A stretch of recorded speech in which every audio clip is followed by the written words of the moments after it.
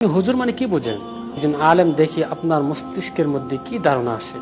ধরেন আমি ইসলামিক কথা বলতেছি, ধার্মিক কথা বলতেছি, কেন আমি মনে প্রাণে বিশ্বাস করি যে আমার কথাগুলো শুনে যেন যে যুবক ভাইটা সিগারেট খায় সে যেন সিগারেট খাওয়া ছেড়ে দেয়, যে যুবক ভাই দাড়ি রাখে না সে যেন দাড়ি রাখে, যে ভাই নামাজ পড়ে না সে যেন নামাজের মধ্যে আসে, সলাতের মধ্যে আসে।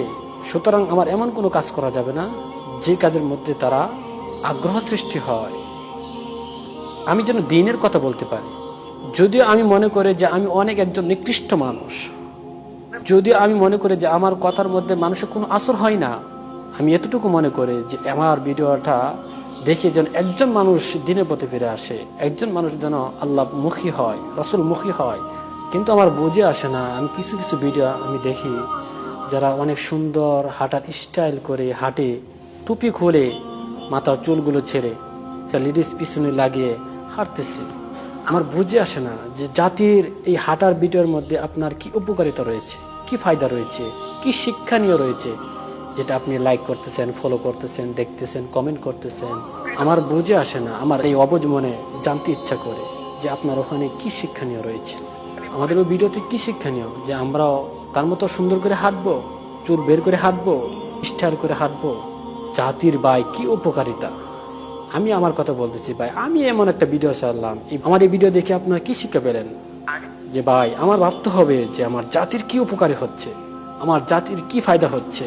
আগে নিজেকে বলতে হবে যে আমার কি উপকারিতা হচ্ছে, এই ভিডিও থেকে আমার কি ফায়দা হচ্ছে। কিছু কিছু মানুষ আছে যারা অনেক সুন্দর করে কমেন্টে লেখে, মাশাআল্লাহ হুজুর আপনাকে অনেক সুন্দর দেখাচ্ছে, অনেক কিউট দেখাচ্ছে, আপনার হাঁটাটা অনেক স্টাইল, আপনার চুলের কালারটা অনেক সুন্দর, আপনার চুলগুলো অনেক লম্বা, দেখতে অনেক নাইস। কেন ভাই?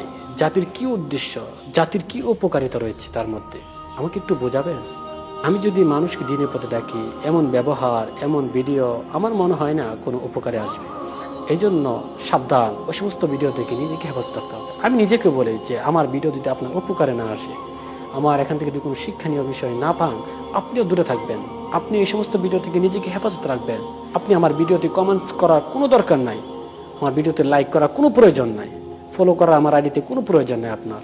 আমি আমাকে দিয়ে উদাহরণ দিচ্ছি, এই জন্য সাবধান, ওই সমস্ত হুজুরদের থেকে নিজেকে হেফাজত রাখবেন। নিজেকে পরিবর্তন করার জন্য কিছু আলোচনা শুনবেন। আমি যদি মানুষকে নামাজের কথা বলি, মানুষকে যদি হাদিসের কথা বলি, আর আমি যদি স্টাইল করে হেঁটে যাই, তাহলে মানুষ কি বলবে, মানুষ কি শিখবে? নিজেকে পরিবর্তন করার জন্য ভিডিওগুলো দেখবে।